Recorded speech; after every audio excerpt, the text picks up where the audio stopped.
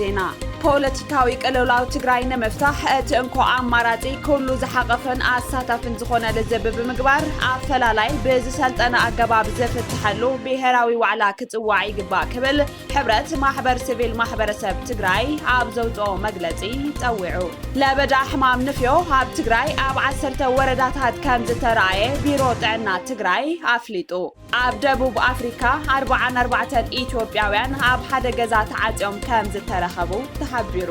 ኣብ ዝሓለፈ ወርሒ ብሓደጋ መኪና 5 ሰባት ዝቐተለ ኤርትራዊ መራሒ ዓባይ መኪና ካብ እስር ቤት ብዋሕስ ከም ዝተለቐቐ ተፈሊጡ ዝብሉን ካልኦትን ሰላምታና በብዘለኹም ይብጻሕኹም ክቡራት ተኸታተልቲ ኣክሱማውያን መራኸቢ ሓፋሽ ሎሚ እውን ከምቲ ልሙድ ካብ ትግራይ ክሳብ ዓለም ለኸ ፍጻመ ጽሩይ ሓበሬታ ናባኹም ክነቕርብ ኢና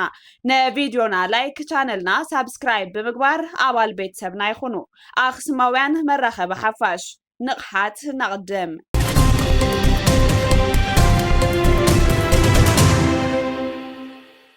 ፖለቲካዊ ቅልውላው ትግራይ ንምፍታሕ እቲ እንኳ አማራጺ ኩሉ ዝሓቀፈን አሳታፍን ዝኾነ ለዘብብ ምግባር አፈላላይ ብዝሰልጠነ አገባብ ዘፍትሐሉ ብሔራዊ ዋዕላ ክጽዋዕ ይግባእ ክብል ሕብረት ማሕበራት ሲቪል ማሕበረሰብ ትግራይ ኣብ ዘውፅኦ መግለጺ ጸዊዑ ቦርድ ሕብረት ማሕበራት ሲቪል ማሕበረሰብ ትግራይ ACSOT እዋናዊ ቅልውላው ፖለቲካ ትግራይ አመልኪቱ ኣብ ዘውፅኦ መግለጺ እዋናዊ ቅልውላው ፖለቲካ ትግራይ ካብ እዋን ናብ እዋን እንሓመቀ ብምኻድ ሰዓራይ ናብ ዘይብሉን ነትግራይን ህዝቢ ትግራይን ናብ ሓደገኛ ኩነታት የምርሓሎ ክብል ገሊጹ ብሔራዊ ሓድነት ኣብ ውሽጥን ኣብ ደገን ዝርከብ ሕብረተሰብና ተሸርሺሩ ናብ ኣዝዩ መሰከፊ ዝበሃል ፖለቲካዊን ከባብያውን ምክፍፋል የምርሓሎ ዝበለ እቲ ቦርድ ንቅንያቱ ኣብ ጉባኤ ማልት ዝተረኣየ ተርእዮ ናብ ዝተሓላለኸ ብርኪ ከየምርሕ ዘለዎ ስክፍታውን ገሊጹ ፖለቲካዊ ቅልውላው ትግራይ ንምፍታሕ እቲ እንኳ አማራጺ ኩሉ ዝሓቆፈን አሳታፍን ዝኾነ ለዘብብ ምግባር አፈላላይ ብዝሰልጠነ አገባብ ዝፍትሐሉ ብሔራዊ ዋዕላ ክጽዋዕን ለዘብ ክጅመርን ቦርድ ሕብረት ማሕበራት ሲቪል ማሕበረሰብ ትግራይ ACSOT ጻውዒቱ ኣቕሪቡ ዳግም ዘተጣየሸ ጊዜያዊ መምሕዳር ዘይሓቋፋይ ሓድሽ ካቢኔ ብምጥያሹ ብዙሓት ወገናት ቅሬቶኦም እናገለጹ ይርከቡ ዝበለ ቦርድ ሕብረት ማሕበራት ሲቪል ማሕበረሰብ ትግራይ እዚ ድማ ፖለቲካዊ ቅልውላው ትግራይ ኣብ ክንዲ ዝሕክም ዘጋድድ ስለ ዝኾነ ብኣጋ መስተኻኸሊ ክግበረሉ ለበዋ ኣቕሪቡ ካብዚ ብተወሳኺ እቲ ቦርድ ነቲ ዝተጣየሸ ጊዜያዊ ቤት ምኽሪ ትግራይ ኣጠናኺርካ ነቲ ጊዜያዊ መምሕዳር ክድግፍ ክግበርን በጀት ህዝብን ዓድን ብኣግባቡ ከመሓደር ንክድግፉ ክግበርን ክብል ጸዊዑ ኣብቲ ብርክት ዝበሉ እዋናዊ ጉዳያት ዝዳህሰሰ መግለጺ ሕብረት ማሕበራት ሲቪል ማሕበረሰብ ትግራይ ለበዳ ሕማም ንፍዮ ኣብ ትግራይ ኣብ 10 ወረዳታት ከም ዝተረኣየ ቢሮ ጥዕና ትግራይ ኣፍሊጡ እተን ብመልክዕ ለበዳ ሕማም ንፍዮ ዝተረኣየለን ወረዳታት ኣብ ዞባ ሰሜን ምዕራብ ትግራይን ማእኸልን ምዃነን ዝገለጸ እቲ ቢሮ ክሳብ ሕዚ በቲ ሕማም ዝሓመሙ 285 እንትኾኑ ካብዚኦም 233 ደገ ተሓከምቲ እቶም 52 ድማ ደቂሶም ዝሕከሙ ምዃኖም ገሊጹ ኣብዚ ሰሙን ሓደ ሰብ ሓዱሽ ዝተረኸበ ሕሙም ከም ዝተረኸበ ዝሓበረ ቢሮ ጥዕና ትግራይ 281 ተሓኪሞም ዝወፁ እዮም ኢሉ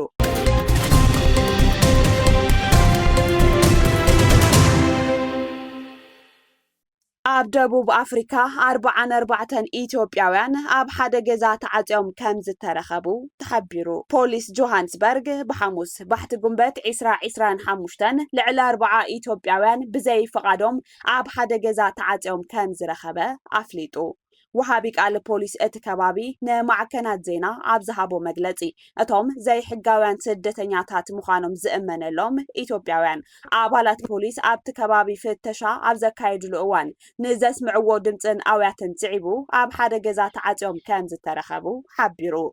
እቶም 44 ኢትዮጵያውያን ኣብ ሰሜን ጆሃንስበርግ ኣብ ዝርከብ መንበሪ ከባቢ እዮም ኣብ ገዛ ተዓጽዮም ተረኺቦም ዘለው ፖሊስ ከም ዝሓበሮ ካብዞም ዘይሕጋውያን ኢትዮጵያውያን ስደተኛታት እቶም 27 ኣባጽሕ ክኾኑ ከለው እቶም ዝተረፉ 17 ድማ ትሕቲ ዕድመ እዮም ይኹን እምበር ወላ ሓደ ካብኣቶም እንግሊዝኛ ይኹን ቋንቋ እቲ ከባቢ ዘዛረብ ስለ ዘይነበረ ተርጓምን ዝያዳ ዝርዝር ሓበሬታን ክሳብ ዝርከብ ናብቲ ዝተረኸብሉ ገዛ ብኸመይ ከም ዝኣተውን እንታይ ከም ዘጋጠሞምን በንጹር ክፍለጥ ከም ዘይተኻኣለ ወሃቢ ቃል ፖሊስ ማቪላ ማሶንዶ ገሊጹ እቶም ስደተኛታት ዝነብሩሉ ቦታ ብፖሊስ ምስ ተረኸበ ዋና እቲ ገዛ ይኹን እቶም ኣብቲ ገዛ ዝዓፀውዎም ኣይተረኸቡን ከም ዝሃደሙ ድማ የመን ቀድሚ ሕጂ ዝተዘርግሑ ጸብጻባት ከም ዘመልክትዎ ብዙሓት ኢትዮጵያውያን ዝሐሸ ናብራ ንምድላይ ብዘይ ሕጋዊ መንገዲ ንሃገራት ምብራቕን ደቡብን ኣፍሪካ ሰጊሮም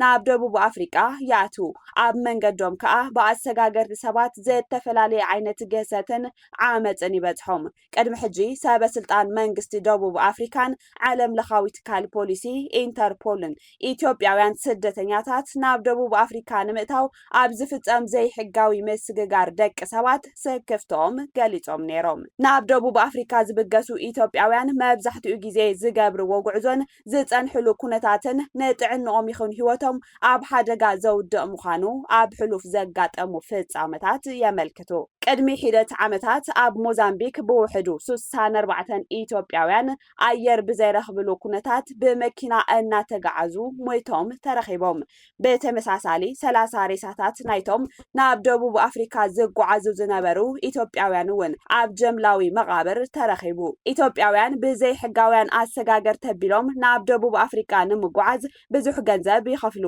ኣብ መንገዲ ድማ ከቢድ ግህሰት ከም ዘጋጥሞም ይግለጽ እቶም ስደተኛታት ናብ ደቡብ ኣፍሪካ ምስ በጽሑውን እኹል መግብን ማይን ከይረኽቡ ኣብ ጽዑቕ ኩነታት ከም ዝተሓዙ ፖሊስ ቅድሚ ሕጂ ሓቢሩ ነይሩ ፖሊስ ደቡብ ኣፍሪካ ኣብ ጥሪ ናይ ዝዓመት ኣብ ጆሃንስበርግ ኣብ ዝርከብ ገዛ ተታሒዞም ዝነበሩ ኢትዮጵያውያን ምዃኖም ዝእመነሎም 26 ሰባት ከም ዝረኸበ ኣፍሊጡ እዩ ካብኣቶም ኣብ ውሽጢ እቲ ገዛ ዝተረኸቡ ስደተኛታት 15 ዕርቃኖም ዝነበሩ ብኮቪድ ምኽንያት ኮይኖም እቶም ዝተረፉ 11 ኣብ ጥቓ እቲ ገዛ ዝተረኸቡ ድማ ኣካላዊ ማህሰይቲ በጽሕዎም ምንባሩ ፖሊስ ኣብቲ እዋን ገሊጹ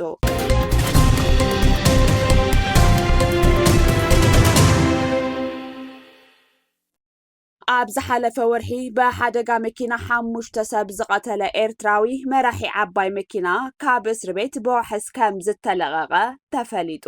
እቲ ኣብ ልዕሊ 17 መካይን ዘጋጠመ ሓደጋ ሓደ ህፃን ዝርከቦም ናይ 5 ህይወት ዝወሰደ ክኸውን ከሎ ቁጥሮም ብርክት ዝበለውን ኣብ ሕክምና ከም ዝኣተው ይፍለጥ ሰለሞን ወልደ ሚካኤል ዝበሃል ኤርትራዊ ድሕሪ እቲ ሓደጋ ብኡ ንብኡ ኣብ ቀይዲ ከኣቲ ከሎ ፖሊስ ብመስተኳ ከሲስዎ እንተነበረ ጸኒሑ ግን ብተደጋጋሚ ብዝተገበረ ምጽራይ ካብ ዝኾነ መስተን ካልእ ነገራትን ነፃ ምዃኑ ቤት ፍርዲ ነቲ ናይ ፖሊስ ሪፖርት ውድቕ ገይርዎሎ ቤት ፍርዲ ቴክሳስ ንዋሕሲ ሰለሞን ወልደ ኪዳን ካብ 1.2 ሚልዮን ዶላር ናብ $7,000 ኣውሪድዎ ሰለሞን ወልደ ኪዳን ኣርኣያ ዝተባሃለ ኤርትራዊ ኣብ ቴክሳስ ብዘጋጠመ ሓደጋ መኪና ኣብ ትሕቲ ቀይዲ ከም ዝኣተወ ይዝከር እታ ዝዝውራ ዝነበረ ናይ ጽዕነት መኪና 18 መካይን ብምግጫዋ 5 ሰባት ክሞቱ እንከለው 11 ድማ ቆሲሎም ከም ዝነበሩ ይፍለጥ ወዲ 37 ዓመት ሰለሞን ብኡ ንብኡ ኣብ ቀይዲ ኣትዩ ብ7 ገበናት ተኸሲሱ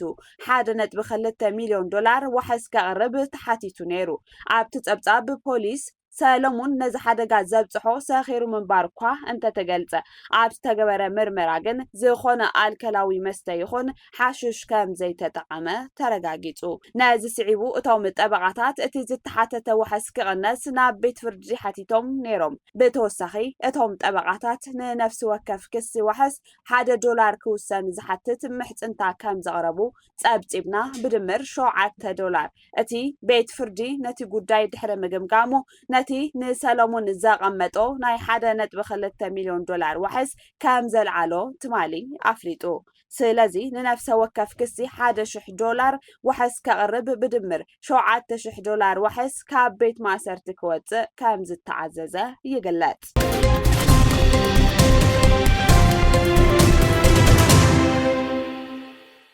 كوبرات تخاتلتي أقسماويان مراخب حفاش نايلو معلت 24 ورح شمونتا كل تشحن 17 متمرت مدلوات زينا أقسماويان أزوم كتكتاتلوم زيت أنحهم يمثلون يروم مسانا سلت أنحهم إنا مسكنا مز ترفو مدلوات أقسماويان تلفزيون سناي مكتتال